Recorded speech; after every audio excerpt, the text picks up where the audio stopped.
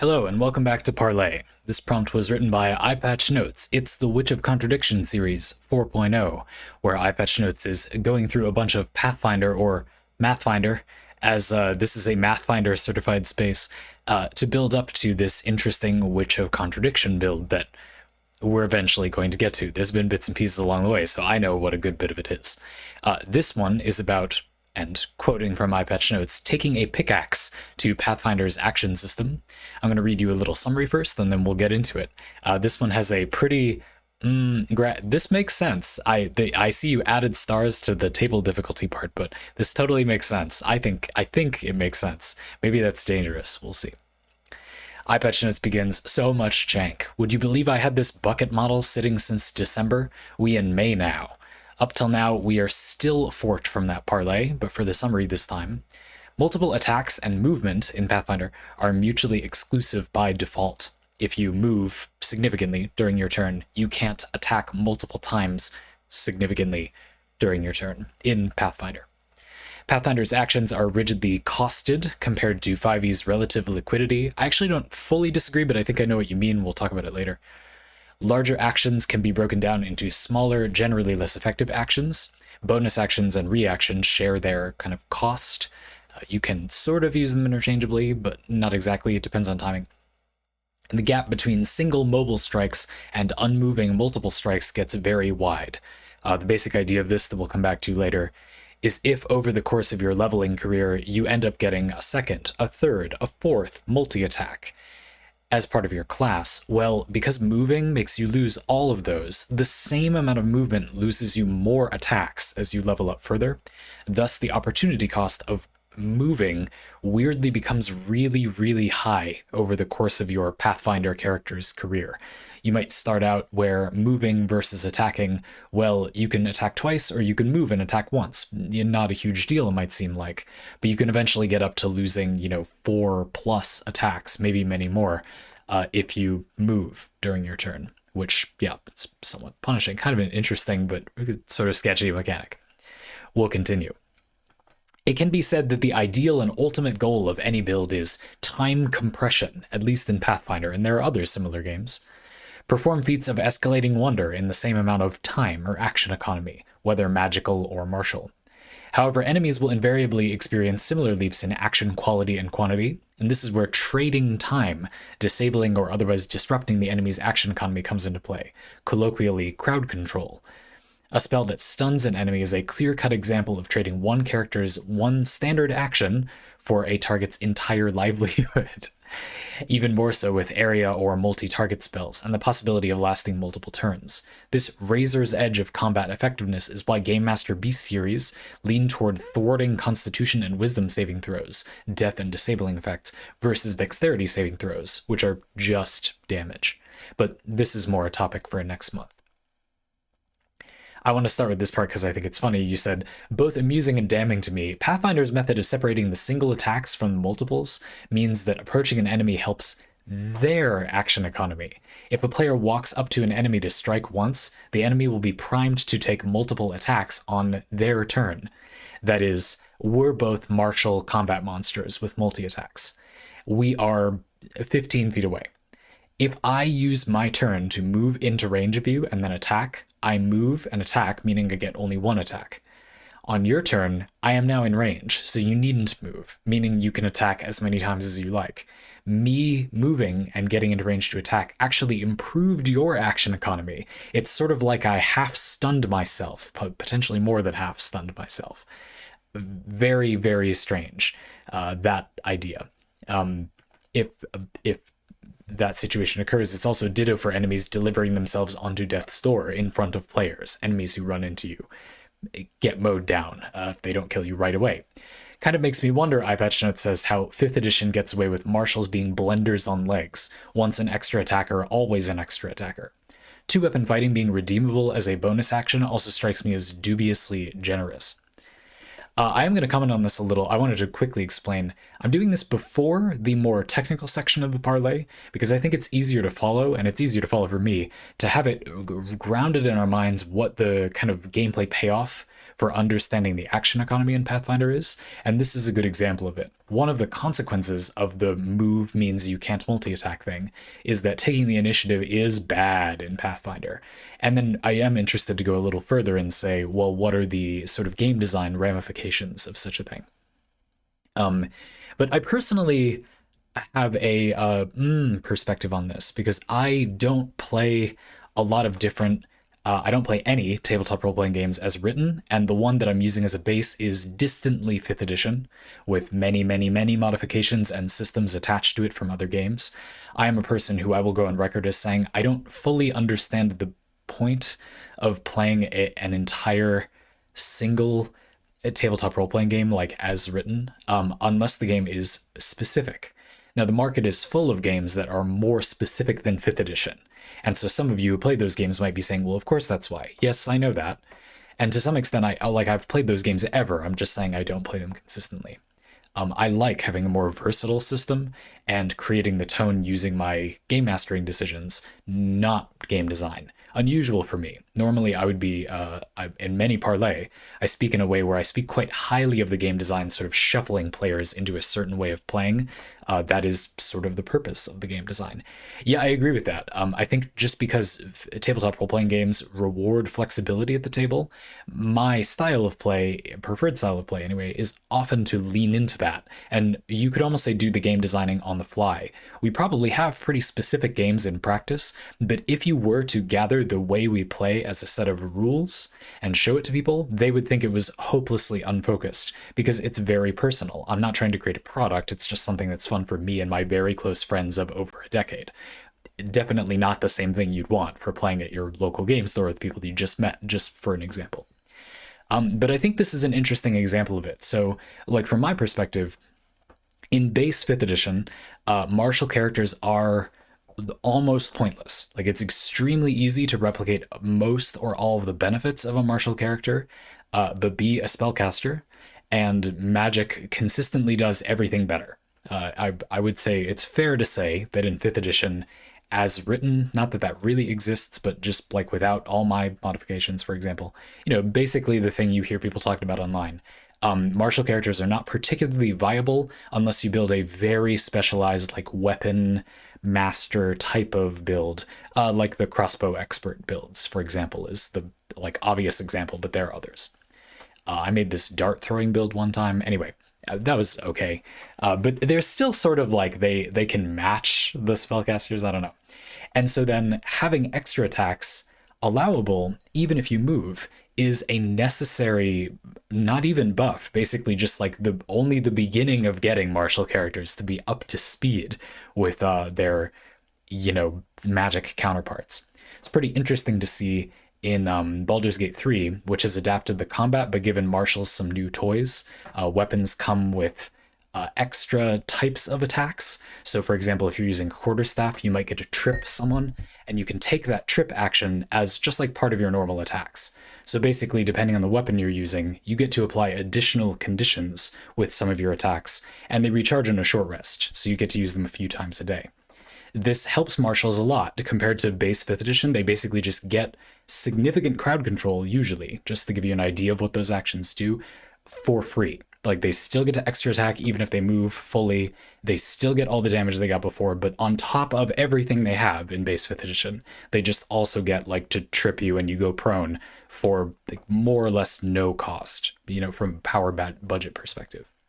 And that's fair because spellcasters were overpowered in the game before they added that in, from my perspective. In Pathfinder, you can see a similar thing. Like, it sounds to me from the parlay we've done so far, EyePatchNotes, that in Pathfinder, characters are getting way more support for doing a lot of different attacks and stuff. And so it's now fair if they eat some kind of action cost for that situation. Or so I would say, but we also have ranged and reach weapons, which get their share of full and half parlay, have gotten their full share of full and half parlay planned. We're just taking a moment to mention them here because, of course, True ranged weapons like longbows neatly sidestep. Multiple attacks preclude movement, since their effective range eclipses that of their would-be attackers and targets. Unsurprisingly, ranged attacks are heavily taxed in terms of feats. I assume this to mean that they don't do much damage unless you invest a lot in them elsewhere in your build. Short bows and longbows even get off easy since knocking an arrow is not considered an action. Drawing new throwing knives or reloading a crossbow do require actions and their own feat lines. Of course, the wider community hates this dynamic another time. But I do think it's relevant here because it shows the kind of game that Pathfinder may encourage players to play, even if it isn't trying to do that. I had this interesting note that now that I'm in the parlay, I don't think this warrants as much time, but about how I think players want to run in, and making it so that's punished rewards tactics relative to the average player's expected behavior, which seems good, but I think it's bad. And the reason I think it's bad is because it's not actually balanced. If the player understands tactics already, yeah, that's not the typical player, and so who are you designing the game for? But I do think it's a problem that game design needs to find a way to overcome to make sure the game makes sense and is good and balanced and stuff for players that do understand the mechanics, not just for the average expected player. That is a difficulty. You can't simply ignore most of the player base and make a game that would theoretically be good if we didn't live in this world that we live in, but we do. Yet I also assert that you can't make a game that is just not tactically sensible if you understand it and hope players won't understand it. This will make your vocal minority and most invested players dislike your game the most. You're putting the least effort in for the people that most like the game. Doesn't really make sense. Not sure that's what's going on here. It could be more of an oversight or one thing led to another. But I don't know. Pathfinder is old, so I genuinely don't know. I just think it's an interesting point. I agree, EyePatchNotes. This is both amusing and damning to me, as you put it. Why is that existing? Let's instead take a break from this tomfoolery for our brains and move on to this graphic, where we're going to take that pickaxe mentioned before to Pathfinder's action economy, action system. And here you have a chart of it. With the things you can do in a turn, and I'm going to read them out to you now. Tracing its roots back to Dungeons & Dragons, a few terms are directly translatable. A standard attack, here D, you can see that as the big red bar in the buckets. The gradient from magenta or pink to a sort of deep blue is the sort of rounds for a turn. You see it says this bucket represents a full round action. F for a full round action, which we'll get to in a minute, or a C and a D, a movement action and a standard action. The abbreviations might be a little strange because we need letters for them for it to be an easy graphic to do, but you'll figure it out. I figured it out. A standard action, here D, is the cost to perform a single attack, spell, or use an item. A move action, here C, is the questionably named cost to move some distance, but can also be spent to stand up or pull out an item for use. Interesting. So like a free object interaction in D&D. I wrote that in the notes too. I'll come back to that later. Pathfinder's swift action is functionally identical to 5th edition's bonus action. The latter will be used for convenience, here B. And Pathfinder's immediate action, here A, generally includes what 5th edition's reaction does, with one major caveat. In 5th edition, reactions are kind of like the bucket for your allowance of things you can do on other people's turns. You might think of other games like Magic the Gathering. A reaction is usually like an instant. You could think of it that way. Though bonus actions can sometimes be a little instanty, but they happen on your turn generally. And so you can see that the A and the B halves, if you go to this gray block down here for one round's economy, you can see that you have some things within the span of the round, but then if you were to spend your swift action, your bonus action, the idea that this B is sort of out of the graphic, I believe is meant to indicate that that's gonna spend your A from the next round, because there is some jank. I actually personally want to read this first. It would not be a Pathfinder parlay without some jank. The graphic takes special care to make bonus actions and reactions pair up, and that results from this simplified clause, this round's reaction is next turn's bonus action. Reactions are primarily defensive or retaliatory in nature, while bonus actions tend to be proactive buffs or attacks. A quicken spell likely needs little or no introduction. You cast an extra spell this turn for some resource as a bonus action. Some powerful defensive reactions include take a hit for an ally or causing the triggering attack to miss. So by intertwining these two action types, Pathfinder entities cannot be both turtling and hyper-aggressive, because if you use your like powerful thing to defend yourself, that is your bonus action for next turn. Here again, I believe represented by the A and the B being connected and then sort of being on the edge of the bucket. The idea is that you don't really exactly have both of these things. That is slightly breaking my brain, because then they're not really different resources. I feel like I would need to play that more to fully understand, but the idea vaguely makes sense. And you can see from a design perspective, the reason you might do that would be, as EyePatchNotes says, like you can kind of control whether or not the player is going fully aggressive or defensive. There's a meaningful trade-off. They have to lose a meaningful amount of like maybe their damage rotation or setting up their damage if they want to use a defensive reaction. That's pretty potentially interesting. And we'll get back to the sample turn flows thing in just a minute. But I wanted to start by talking about that stuff, because that, after reading everything in the Parley first before recording this, that's how it made sense to me. Specific to Pathfinder is the full round action. In the graphic, that's F, and would be the whole bucket, basically. This super action used to describe giving up the character's single attack, etc., and movement for one high effort series of actions, or a series of actions. When EyePatchNotes mentions that multiple attacks and movement were mutually exclusive, full round actions are Y. The aptly named full attack allows the character to strike as many times as able based on their martial score feats and class abilities. One of the common costs of metamagic feats is increasing the time to cast from a standard action to a full round action. Ergo, Pathfinder spellcasters can run into the full round action eating their movement just as martials do. Cool, and very balanced, very unlike 5th edition. For most purposes, a standard action, D, can be used to initiate a second move action, C. This is usually a downward trade, but covers situations like moving twice, moving and taking out an item, standing up and then moving, etc. So you can see that the D block, your standard action, is bigger than a C block, I believe to represent that you can trade it, but that's not as good. You get less stuff in your turn overall. The power budget of your turn goes down if you make that trade. This is where that note from earlier about the way that it's less modular than 5th edition comes in. I know what you mean. 5th edition's solution to this kind of stuff is that your action can be used for like a whole bunch of stuff that you might very regularly want to do. In 5th edition, you have your movement that's separate, but there's this idea that you're gonna convert your action into sort of the other things in the turn. You've got your, one attack, and you could use an action for that. If you've got multi-attacks, you could redeem your action for those. If you want to run further, you could redeem your action to run further. Want to opportunity attack, disengage, avoid opportunity attacks and run away, you can exchange your action for that. It's kind of this modular thing. It sounds to me like Pathfinder isn't not doing that. It's just doing it in a jankier way. It's doing it with more rules, I guess. In many ways, 5th edition system can feel a little inflexible, rules as written. For example, I frequently think it's a little silly when something takes an action, which in 5th edition, this would be like the action bonus action thing is a lot like this standard action move action thing. An action is almost always worth more than a bonus action.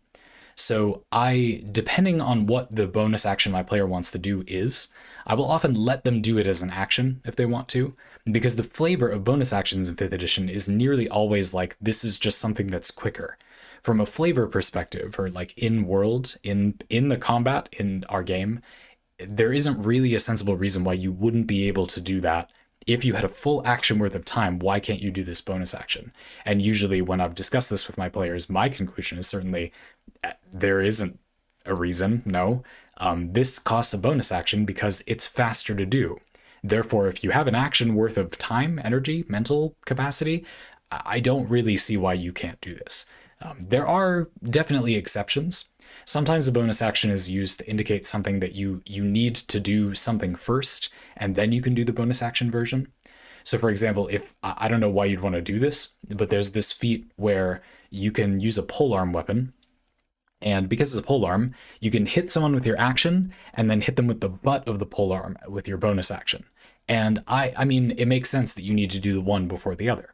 And so I don't know why you'd want to do this, but I wouldn't let the player have that quality if something needed to specifically trigger it as easily without spending a specifically bonus action without doing the action first, basically.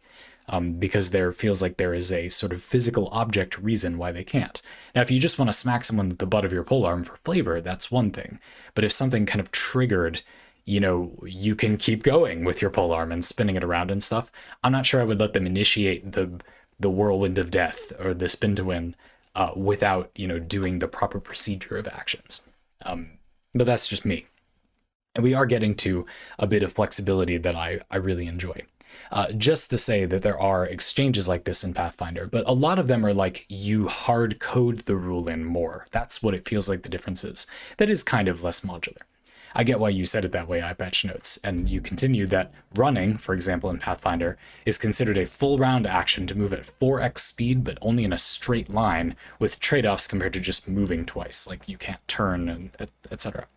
In essence, an F full round action can be broken into D and C, standard and movement actions, and a D action can be further broken down into a C action. You can turn your standard action into movement too.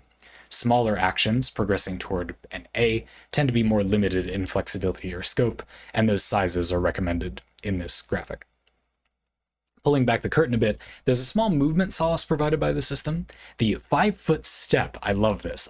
I'm using this in every similar game I ever play, lives just outside the action system and allows characters to move 5 feet, like one tile, even when taking a full round action. Given the common player sizes of small or medium, the 5-foot step allows marshals to make full attacks at targets within 10 feet rather than their melee reach of 5 feet.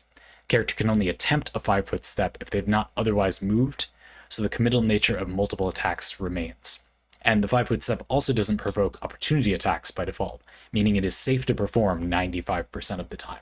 Some feats do make 5-foot steps provoke for a lockdown style player build or a spicy enemy encounter.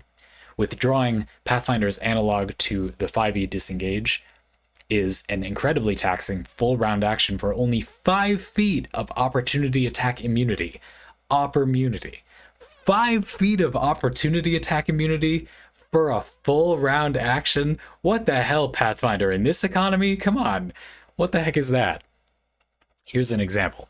A 6th level ranger with a greatsword. A 6th level ranger would just have earned their first extra attack, so 2 attacks total. The goblin 10 feet away is within full attack range, as the ranger can 5-foot step, not an action, and then attack twice, full round action. If the goblin was 15 feet away, a 5-foot step would still leave 10 feet between themselves and the ranger, requiring the player to get within striking distance, movement action, and then swing exactly once, standard action. Reach weapons or increasing the player's size would also help in this scenario, potentially simply making them large enough that they are not 15 feet away anymore. Right. You can see that for the ranger's turn, based on using the graphic, you could take the whole bucket, an F full round action, to attack the close enemy twice, or a C to approach and D to attack distant enemies once, or they could take the approach of, like, using their bonus action or reaction to getting closer somehow. I would imagine there's some options like that. But you can see that doing an F thing or a C or a D thing are mutually exclusive. The bucket is meant to represent... Yeah, you can see that clearly using the graphic. And then there's another example of a way that bonus actions would figure into it. Example 2 is druids with the snake-style feat. Druids boast incredible flexibility by dint of being 3/4 marshals with wisdom-based full spellcasting.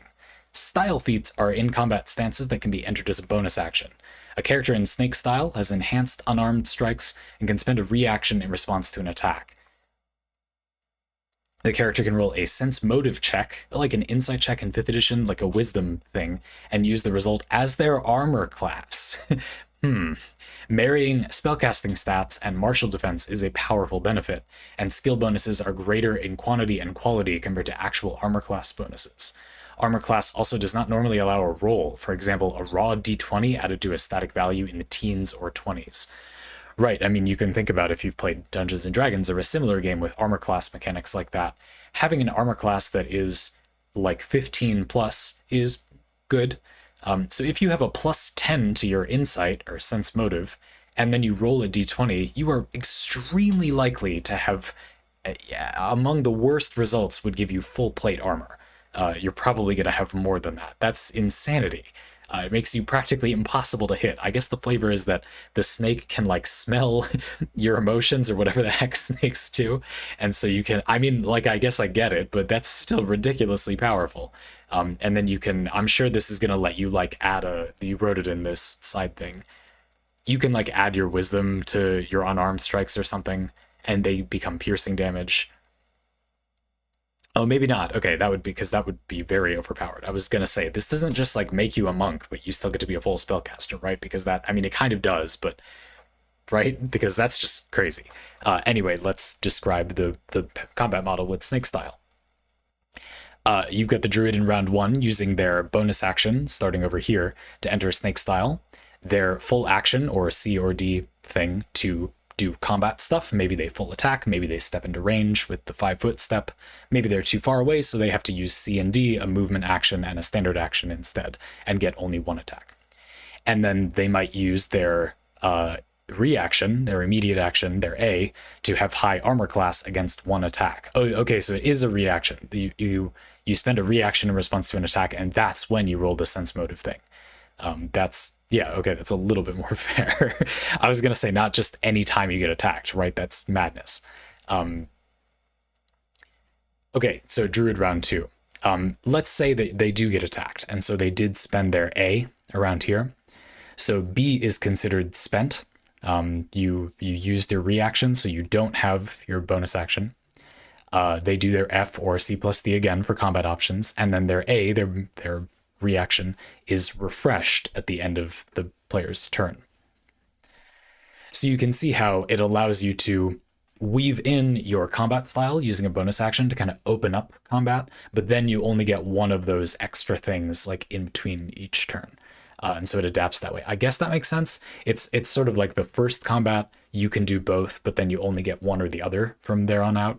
And so setup abilities like this are relative to the rest of the system's design, less taxed, but compared to 5th edition, more taxed. You get a reaction and a bonus action every time. I personally like this way a little better in theory, because it means that it rewards the player that doesn't feel like they need to find a way to fill every single thing every single time. In 5th edition, there's this way of making builds that can be kind of cool, but can also get a little old, where the kind of ultimate goal of any build is to go right back to the beginning of the parlay. It can be said that the ideal and ultimate goal of any build is time compression, performing feats of escalating wonder in the same amount of time, whether martial or magical. I don't know about escalating amounts of wonder in the feats that you perform. It's more like just more things. Is what 5th edition often does. Can you find a way to make your build concept do an action, a bonus action, a reaction, and movement for value every single turn? Because if you can nearly double the action economy that you would gain compared to your fellows. You can add stuff, if you're scratching your head at movement, by the way, you can add stuff like a Chardalon's Stride.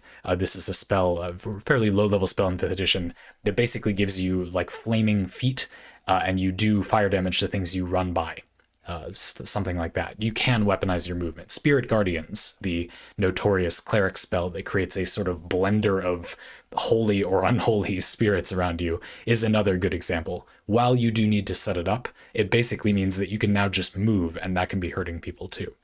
An AoE, but it's an AoE that you can move with your body. And so there is less of a way for enemies to get away, provided you have good movement. Again, this can mean that even if the things you're doing aren't as strong, you're simply doing twice as many of them as a normal character. And at that point, that build will be better than basically anything you could make that doesn't abuse that action economy. The idea, instead, that the bonus action and the reaction, these are things that you get one or the other of, and you kind of adapt which one based on the situation, that more rewards builds that have lots of versatile options, rather than one option that's kind of locked in. right? Because in 5th edition, you always get the bonus action and the reaction. You're encouraged to pick one that is good always, which means it's not tactical. It's just value that you get. It's possible and a lot of fun to find builds where the action, bonus action, reaction, whatever that you're picking, you have a small variety of each of them, but it can already be hard enough for some builds to have one that is good consistently, let alone having multiple of each that are good consistently. You can do it, of course. There are builds like that, but I find that it's restricted to if you want to actually choose stuff that you're doing while still getting like all the value out of your action economy. You really need to pick one of only a few character concepts that can achieve that variety. It's been pretty interesting making those builds in like Baldur's Gate 3, for example, because you get a lot of magic items that give you extra stuff to fill the gap. So it's easier to make a variety of build concepts that have options on their turn. And having things like your weapon comes with some attacks that do a little extra, that adds combat variety. And I've found that's a lot more fun without being like really that different. It's amazing how much of a difference that small change makes. And we'll get back to that in a minute with a 5-foot step. For now, wrapping up this parlay by winding back to full attacks, there is a troubling Mathfinder nuance not found in 5th edition. If movement precludes multiple attacks, the gap rips and tears at higher levels. The driven dual wielder can dance a dervish of death with up to 6 attacks or more at 11th level, dropping to a dire 1 if the enemy is a foot too far away. Next time we will explore some class-specific uses of action economy, including a third of the Witch of Contradiction's signature move list. So if you've been following along, we're getting the breadcrumb trail continued. I want to talk briefly toward the end here about the idea of adding more granularity and why I'm so excited about the 5-foot step thing. It's not just about the player being like a little bit of a nerd, I understand, and being overly fixated on, did I get all the value out of all the things I can do in a turn? Not everyone will feel that way. Another way to look at it is making the player, getting the player to have an experience like they got to spend every resource they could.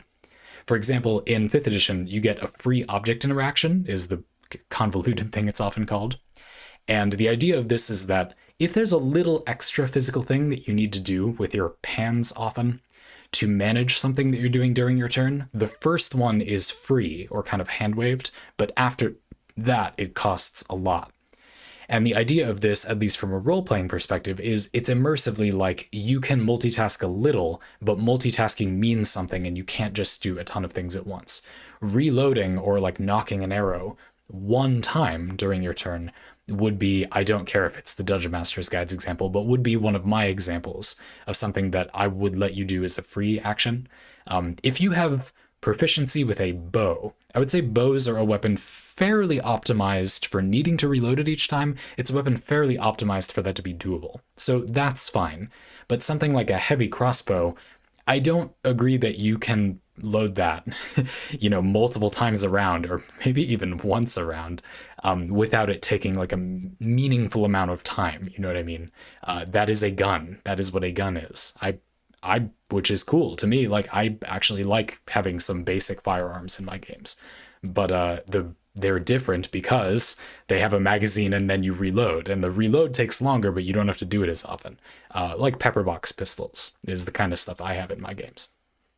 Pepperbox pistols are if you think of a musket, so you stuff a ball, basically a tiny cannonball and some powder into the basically cannon barrel of it's a musket, but it's basically a cannon, and then you shoot it, and then you have to reload the whole thing. A pepperbox is like a pistol that has a ton of little cannon barrels, a ton of little muskets sort of on it. I'm obviously hand waving a lot, firearms people, please don't sue me. From the 1800s or whatever. I'm doing this on the fly because it doesn't matter that much the details. The point is, it gives you a trade-off where you get to enjoy being able to unload without needing to reload on the spot, but you still need to eventually reload. And as a way to balance things, I make that more expensive. But also, it's harder to find the bullets. No, sorry, I mean, it takes longer. It takes like a whole turn or whatever to reload the whole heckin' pistol. Will I let you make speed loaders? No more questions, please. The idea, though, is that the feeling like there is a thing you can spend to kind of push the envelope a little bit, but then once you've done that, your game master kind of says, no, it's too many things to juggle at once. The reason I like that is not very mechanical. It feels like the player was able to push things a little. It is flexible. Why are you strictly limited to do only these things within a round? Well, you're not exactly. You have a little flexible thing you can do. The 5-foot step, again, is a similar thing. But then once you've spent that, it really helps the player settle into the idea that they did everything they could. And if they then, meet misfortune that turn, the mechanics and the roleplay, I guess, gave them an experience that makes it feel like they did all they could. They used all their stuff. They also, a free object interaction is small enough that you don't always feel like you need to fill it. It's so little that you likely can't get much value out of it most rounds. And so you don't feel like you're missing out if you don't, and yet it's valuable if you do. I bet some people feel that way about reactions in 5th edition, but they're wrong. Reactions are full of value, baby. You can do a million good things with a reaction practically every turn. If anything is breathing and has animosity toward you, you can be using your reaction with one build or another to make it go better for you. They're definitely not a minor thing in practice, even though, I'm sure lots of people experience them that way. And there might even be some incredibly mechanical and sweaty groups that think the free action. They would say, leaving your free action on the table every round, pish posh, throw a caltrop at a man. I don't know. What is this?